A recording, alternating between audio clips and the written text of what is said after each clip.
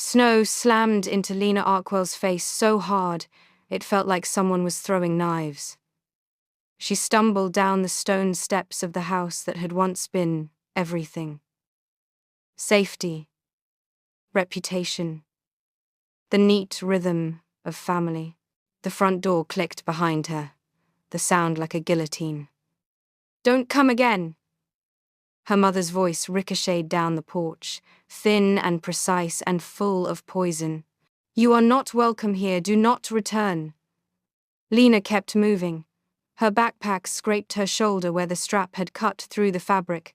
Her breath came in sharp, ragged pulls that fogged in the air and vanished. Behind her, the house glowed with lamplight and certainty, a small planet that would go on turning without her. Her father's silhouette filled the doorway for one last moment, his mouth a drawn line. "Leave, Lena. Leave, and don't bring this shame back on us." She did not look back. Every step away from the front walk was a braided knot in her chest unspooling. The town of Briarglen slipped behind her, neat hedges and polite windows melting into the smear of winter. She walked until the streetlights blurred into halos and the cold reached deep into bone. She did not stop until she had no idea where she was, until the outskirts sagged into a tired highway and a bus station with a flickering sign. Ravenshaw swallowed her at dawn. It smelled of oil and iron and old coffee, the honest smells of a city that did not bother polishing itself for strangers. She arrived with $23 in her pocket, and the small, stubborn belief that anonymity might repair something that had been shattered. She learned quickly how anonymity worked. No one called her by the name that used to mean pedigree. No one whispered about the Arkwell charity dinners, and nobody recognized the ledger of lies she had uncovered. That anonymity felt like mercy. The shelter took her in with the kind of perfunctory kindness that felt like a hand on the shoulder and then a release. She learned the soft rules of survival: keep your voice low, don't take what's not yours, don't sleep with your bag out of reach. The first night she lay on a mattress so thin it might as well have been a blanket on the floor. She listened to strangers breathe and tried to place her own inhalations between theirs. Food came in trays and camaraderie in the form of nods and the sharing of cigarettes under a streetlight. The sleep was thin and fitful, and then one morning she woke with the taste of metal on her tongue and decided she could not live that way forever. On the third day, hungry and shaking, she pushed open the door to Harper's Grill. The place had a bell that chimed like a faithful dog and a woman behind the counter who looked at Lena like she was offering a bargain. "You looking for work or a coffee?" the woman asked. Lena, who had not swallowed a full sentence without measuring truth against consequence in months, managed. "Both. Mia Calder hired her on the spot. We wash, we fry, we make the coffee. No crying during rush. You handle that, and you're in," Mia said, offering an apron that smelled faintly of lemon. Lena tied the knot, like someone accepting an oath. The diner became a new pattern: orders, plates, the steady background of idle conversations.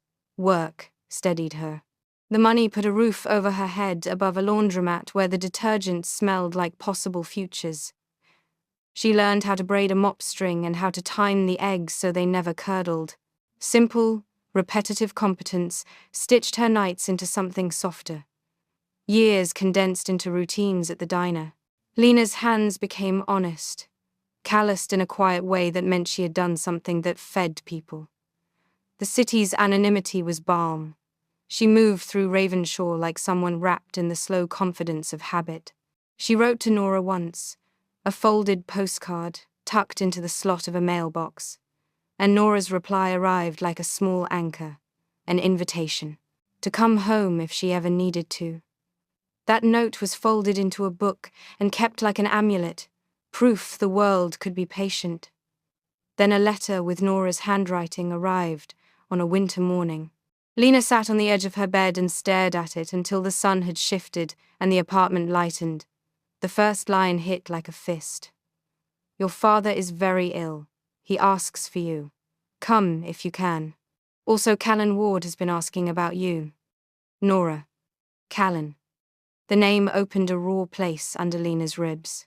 He had once held her hand in the aisle of a school auditorium, had once promised a future like the ones they sketched as kids on the back seats of cars.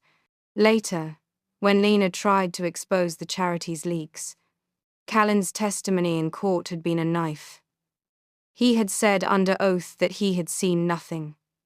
He had kept his family out of harm's way by staying quiet. That silence cost Lena everything. Mia found her with the envelope in the diner bathroom. "Don't go," she said bluntly, like a friend offering both shelter and command. Lena listened to Mia and thought of the ache in her chest that would not uncoil unless she faced the thing that happened there. She packed a bag that night and stood in the doorway of Harper's Grill as if saying goodbye to a first safe harbor. "Come back," Mia told her without sentiment. "Get the answer. Then come back, and we will deal with whatever comes after." The road home felt like walking back into the teeth of a dog. Briar Glen looked smaller than memory-worn paint. A few closed storefronts, the lawn where she had played, now patched by frost. People watched her as she walked, their expressions a collage of curiosity and old righteous contempt. Nora met her at the wooden bridge and hugged her like she was a person who might come apart in literal pieces. "Things got worse," Nora said. "The charity your father's projects, some of it was a front. Donations went into accounts that don't match expenses. They used Elias, your brother, to keep pity flowing. Maximize tragedy, maximize funding. They were systematic. Elias's name landed in Lena like a cold stone. He had been small and loud and forever tilting toward mischief. The thought that his disappearance had been turned into an engine for profit made nausea surge. "They used him?" Lena asked, and tasted bile. "They did," Nora said. "And when you started asking, when you tried to hold them accountable, you were easier to cast off than to defend. They needed a fall guy." Inside the Arkwell house, her mother waited in the foyer like a figure cut from tension. Vivienne's composure was precise and brittle. "You came back," she said, as if marking a trifling event. "Where is he?" Lena demanded. The words cut. "Upstairs," Vivienne said. "Your father is too ill to have visitors for long." Gregory lay in a bed, the kind the town had previously seen as authority. Now he looked small, diminished, the color of old paper. He opened his eyes when Lena entered and tried to smile. "My Lena," he croaked. The words scraped at Lena, a memory of lullabies and stories he had once told. "You ruined our lives," she said flatly. "You turned something that should have helped people into a mechanism for greed." Gregory's confession came out like a slow rot. He admitted fear of loss, an arrogance that convinced him the end justified any means. He had sold pity like a product. He had moved people and money in ways that never saw the light. He said Elias had been spirited away under a different name to keep him safe from threats by business partners. Vivienne, his wife, had known and had helped. Anger rose like a tide and crashed against Lena's ribs. "You blamed me," she said. "You let the town exile me." Vivienne's eyes narrowed. "We protected ourselves," she said, cold as a bank vault. "What would you have done?" "We preserved what allowed us to do good afterward. Everything has a price." "You sold everything," Lena whispered. The house seemed to contract around her, small with compromise. Outside, Callan waited at the gate like a penitent. His face had the hollow outline of a man who had been careful with himself. He approached and said, "I lied. I'm sorry." He explained fear and coercion. His mother was threatened. His family shuddered under debt and terror. He felt small and ugly saying it. Then he produced a folder he'd found in Gregory's office. Memos, ledgers, Forged signatures proof. Lena took the folder with hands that trembled not from cold, but from some hot and furious justice. The documents sketched the architecture of deceit. It was total. It was meticulous. It was monstrous in its banality. Names, dates, transfers, lines that showed a pattern of siphoning funds into shell accounts, of staged tragedies to increase donations, of small charities subcontracted to companies owned by members of the board. The magnitude made her stomach drop. But it also clarified something sharp and simple. The truth had weight. She copied the files and sent them anonymously to investigative journalists and to the authorities.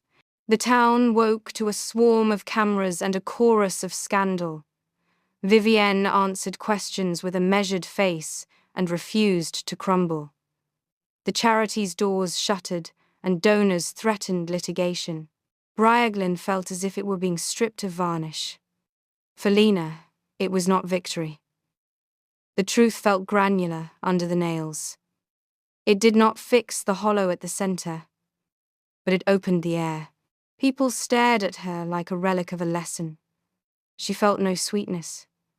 Instead, she felt a quiet drop of relief, a clean line where fog had been. The social worker call came several days later, a DNA match to a man registered under another name. "We believe he is Elias. Come in." She went, and when he walked into the pale room and their eyes met, the world narrowed to the geometry of their exchange.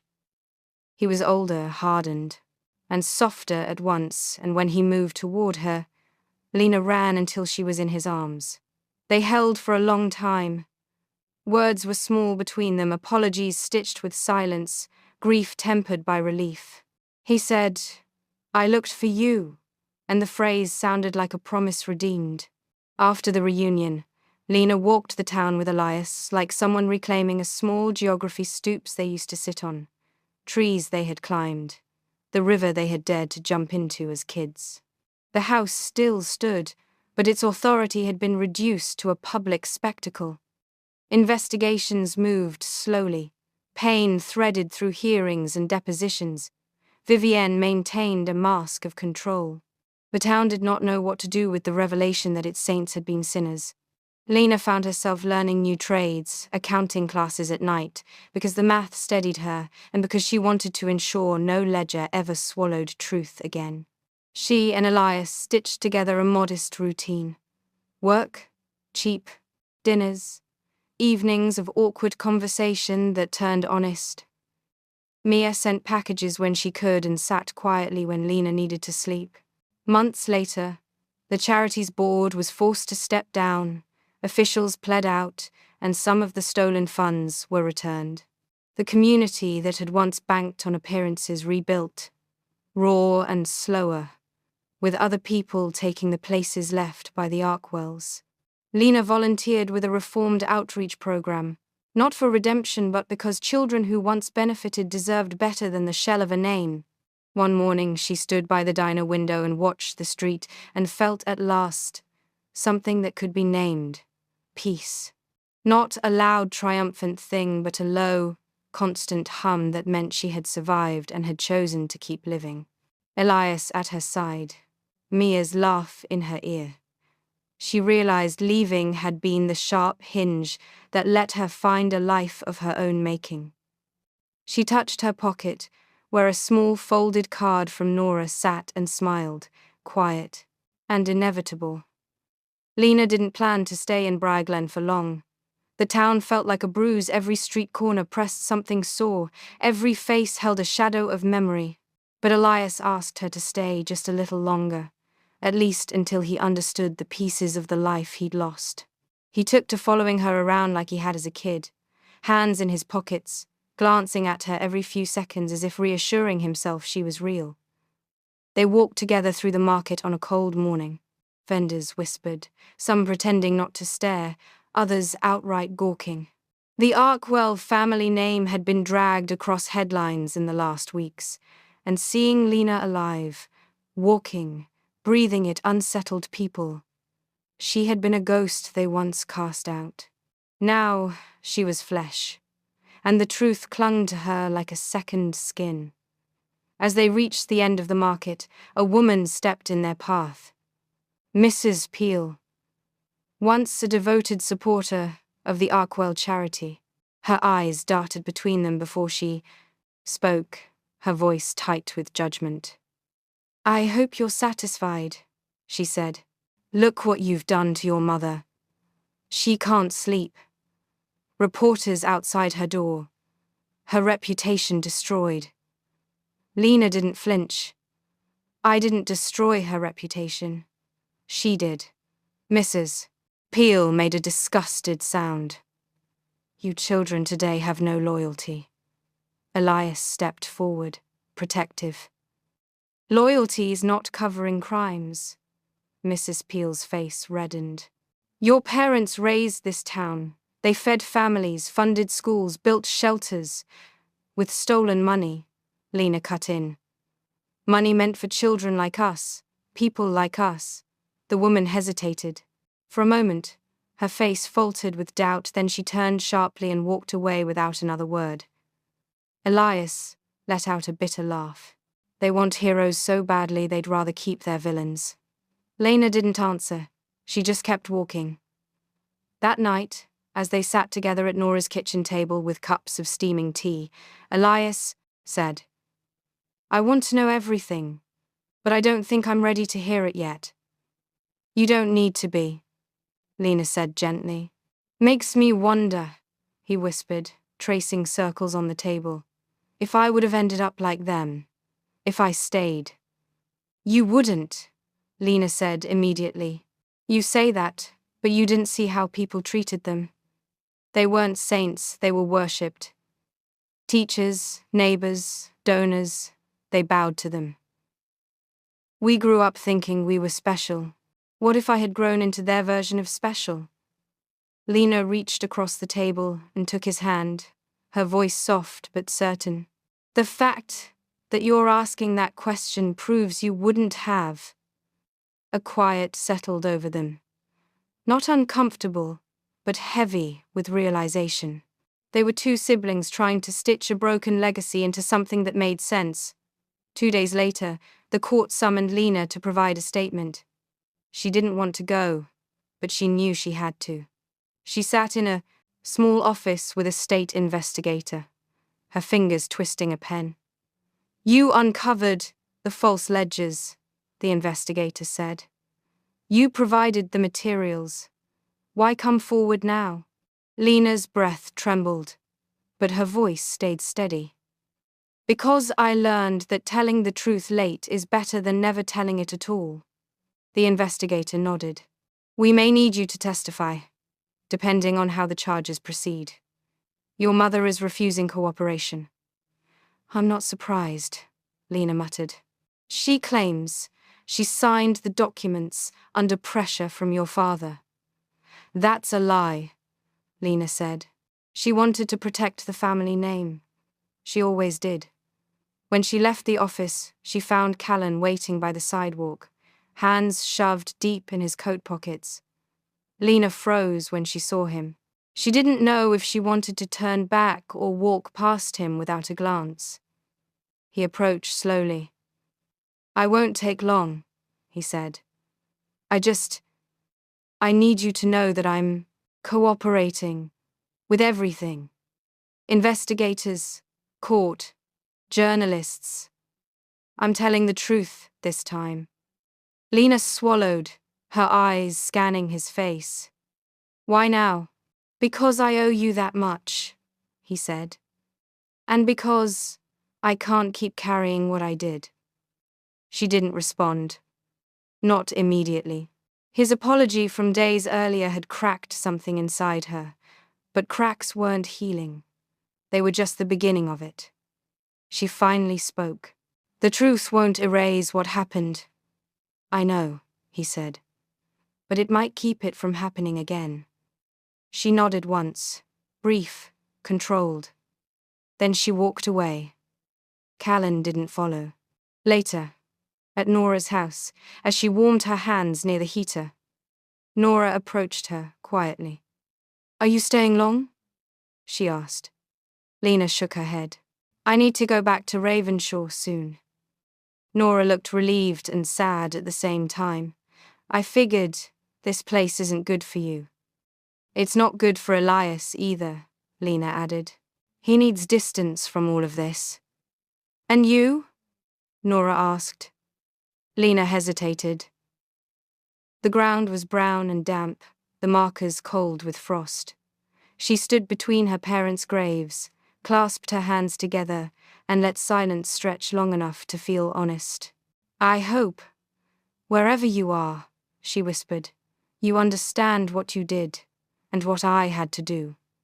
The wind shifted, brushing her hair against her cheek. "I forgive you," she said quietly, "but I won't pretend it didn't break me. I won't pretend it didn't cost me years of my life." She exhaled, slow and long. "But I'm done holding it." When she turned to leave, she found Elias standing several feet behind her, hands shoved in his pockets, eyes soft with emotion. "You okay?" he asked. "Yeah," she said, surprised to realize she meant it. "We don't have to stay here," Elias said. "Let's go home." "Ravenshaw?" she asked. He nodded. So they packed their bags that afternoon. Nora hugged them both tight at the bus station. "Visit," she whispered. "But don't stay too long. That town needs to heal without you holding it up." Mia met them at the Ravenshaw station. She waved both hands above her head. "Look at you two! You look like siblings who actually like each other." Elias laughed, and Lena felt something soften in her chest. Mia hugged them both aggressively. "Come on, I've made dinner. And no, it's not burnt." They spent the evening in Mia's small apartment, eating noodles and telling stories. Elias listened with awe, laughing loudly, leaning his head on the couch as he processed everything he'd missed. For the first time since stepping back into Briarglen, Lena felt steady. A week later, she found herself at Harper's Grill again, tying an apron behind her waist. Mia nudged her. "You gonna tell me everything?" "Not tonight," Lena smiled. "Let's just get through the rush." The bell over the door chimed. Customers came in, orders started, plates clattered. Life kept moving, and Lena moved with it. One night, while closing the diner alone, she stepped outside and breathed in the cool Ravenshaw air. She looked up at the neon signs across the street and realized that for the first time in years, she wasn't running from something. She was moving toward something. At home, Elias sat on the couch flipping through a worn photo album Mia had found at a thrift shop. He smiled when she walked in. "We're gonna be okay, aren't we?" he asked. Lena nodded. "Yeah, we are." He leaned back, relieved. "Good. Because I'm not losing you again." She smiled. "You won't." They lived simply, early shifts, cheap breakfasts, slow healing. Lena took night classes in accounting, a way to reclaim control over the thing that once destroyed her. Elias found work at a hardware store, then joined a youth center.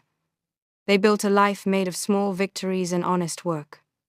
Some nights Lena would lie awake thinking about Briarglen, not with pain, not with anger, but with something like acceptance. She had told the truth. She had found her brother. She had reclaimed her future. She had learned to breathe again, and she had left the place that once tried to erase her. As she sat on her fire escape one evening, watching Ravenshaw lights flicker, she whispered to herself, "They said don't come again." And they were right. I don't need to. If you're still listening and you felt this story, make sure to subscribe, comment what part hit you the most, and like the video. It helps keep stories like this alive.